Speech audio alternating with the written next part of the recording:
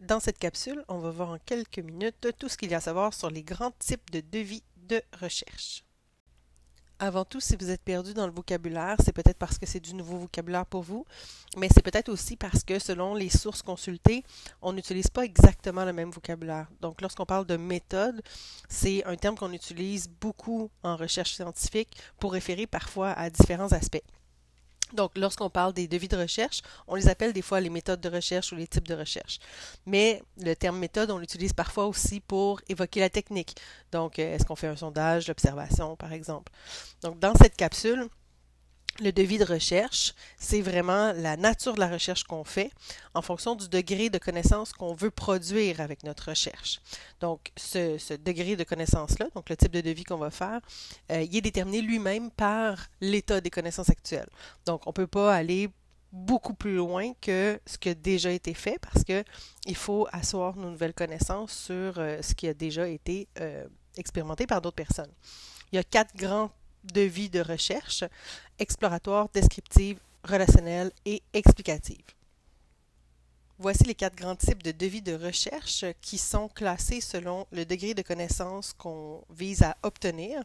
Puis le degré de connaissance qu'on vise à obtenir est lui-même déterminé par l'état actuel des connaissances dans la littérature scientifique. On va vers une étude exploratoire si on connaît très peu de choses sur le phénomène. Par exemple, le phénomène des réseaux sociaux maintenant est bien documenté, mais lorsqu'ils ont vu le jour, on pouvait faire une étude exploratoire, par exemple, sur l'effet des réseaux sociaux sur le phénomène de l'intimidation chez les jeunes, par exemple. Donc, comme on n'a pas beaucoup de connaissances, on n'ira pas chercher une question très, très spécifique. On va aller de façon très large. On va aller rencontrer des jeunes, on va leur demander, par exemple, de nous parler de leur expérience avec les réseaux sociaux et en leur posant des questions qui sont plus ciblées par rapport au phénomène d'intimidation, par exemple. Donc, on va générer de l'information à partir d'une recherche exploratoire. On va avoir beaucoup, beaucoup d'informations riches. Donc, on va souvent être dans un devis qualitatif qui nous permet d'élargir nos connaissances sur un sujet. Toujours lorsqu'on a un phénomène qu'on connaît relativement peu, mais pour lequel on a déjà des axes de recherche un peu plus précis, on peut aller dans un phénomène descriptif, donc dans un devis descriptif. On va ici demander aux gens, par exemple, de décrire leur comportement ou leur attitude à l'égard d'un phénomène en particulier. On pourrait par exemple demander aux parents de décrire les comportements liés au sommeil chez leur enfant. Donc, on veut venir documenter dans une population particulière un phénomène précis pour le connaître de façon plus spécifique, pour pouvoir le décrire, comme suggère le nom de ce type de devis. Les devis relationnels, maintenant, visent à établir des relations. Donc, on va trouver dans une question de recherche relationnelle des termes comme selon. Donc, on pourrait vouloir, encore une fois, si on regarde l'exemple du sommeil chez les enfants, on pourrait regarder selon le sexe de l'enfant. Donc, on va vouloir venir comparer des groupes, des moyennes. Donc, on peut avoir un devis qui est corrélationnel, où on va regarder avec des variables quantitatives, ou on peut avoir des devis qui sont des comparaisons de groupes. Donc, ils vont venir nous montrer les différences qui peuvent exister entre des sous-groupes d'une même population ou entre deux populations différentes. Finalement, les devis expérimentaux sont de type explicatif.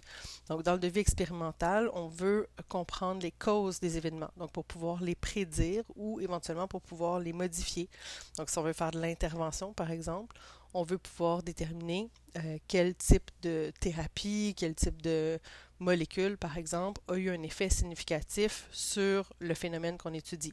Donc, on pourrait s'intéresser, par exemple, à l'effet d'un somnifère sur la durée de sommeil ou le nombre d'éveils dans une population donnée. À quel moment est-ce que vous devez déterminer votre devis de recherche? C'est au tout début de votre recherche. Donc, une fois que vous avez dressé l'état des connaissances et que vous êtes prêt à formuler votre question de recherche, il va falloir que votre question de recherche traduise le type de devis que vous avez utilisé. Donc, le devis de recherche, c'est vraiment la charpente de votre projet de recherche. C'est ça qui vient structurer, qui vient déterminer l'objectif de votre recherche par rapport à l'état des connaissances que vous voulez produire. Donc, on la détermine dès le début et on s'y tient pendant toute la durée de la recherche. Voilà, maintenant vous savez tout ce qu'il y a à savoir sur les grands types de devis. Si vous voulez tester vos connaissances, vous pouvez faire cet exercice. Donc, prenez identifier au type de devis dont il s'agit, puis vous pourrez repartir la vidéo quand vous voudrez avoir la correction. Voici donc les réponses. Le premier énoncé, est-ce que la pratique du sport améliore la qualité de sommeil, est une recherche de devis explicatif. En effet, lorsqu'on parle de termes comme améliore, on parle de lien de causalité et le seul devis qui peut établir un lien de causalité est un devis explicatif. Quels sont les principaux styles musicaux chez les étudiants selon leur programme d'études? Donc ici, on veut aller un petit peu plus loin que décrire un phénomène dans une population, on veut comparer en fonction d'une variable qui est le programme d'études. Donc on reconnaît le mot selon qui va être présent ou il peut avoir un synonyme, là, un équivalent, puis qui vient nous montrer ici qu'on est dans une recherche de type relationnel. Donc on veut aller au-delà de décrire, on veut vraiment comparer les différents sous-groupes entre eux. Comment est-ce que les réfugiés décrivent leur expérience d'adaptation un an après leur arrivée au Québec? Ici, on est dans une recherche de type exploratoire. C'est une question qui est ouverte. On ne sait pas à l'avance quelle variable exactement on va aller chercher, donc on n'a pas de direction précise. On va y aller ici probablement avec des entrevues, peut-être l'analyse de contenu, mais on ne sait pas à l'avance ce qu'on va trouver. Donc c'est très très ouvert comme type de recherche. Le nombre d'heures d'études avant l'examen est-il associé aux résultats obtenus à cet examen? Donc ici, on est dans une étude ou un devis de type relationnel. Donc on veut regarder la relation entre le nombre d'heures d'études et le résultat obtenu. Donc on veut établir un lien entre deux variables quantitatives qui sont déterminées à l'avance. Dès qu'on veut établir un lien, on est dans de la recherche relationnelle, sauf si c'est un lien de causalité. On va être dans une recherche explicative. Et enfin, est-ce que la pratique de la méditation favorise la gestion du stress? On retrouve ici le terme favorise, qui est un terme qui suggère la causalité, et donc on est dans une recherche de type explicative. Le choix des termes dans votre objectif de recherche ou votre question de recherche est très important parce qu'il va venir suggérer le type de devis que vous utilisez. Donc, il ne doit pas y avoir contradiction entre ce que vous faites et les termes que vous utilisez. Si vous faites de la recherche de type descriptif, exploratoire, vous allez être plus dans des verbes comme dresser le portrait de, explorer la relation entre, décrire les manifestations de. Dans du relationnel, vous avez deux phénomènes en relation, donc deux variables en relation. Donc, il va y avoir des termes qui parlent de cette relation-là, mais sans suggérer que une de ces variables en provoque une autre. Donc, est associé à, est relié à, est corrélé avec. Le groupe X aura un score plus élevé que, moins élevé que. Donc, on atteste d'une différence attendue mais on ne va pas ici suggérer que une variable est la cause de l'autre.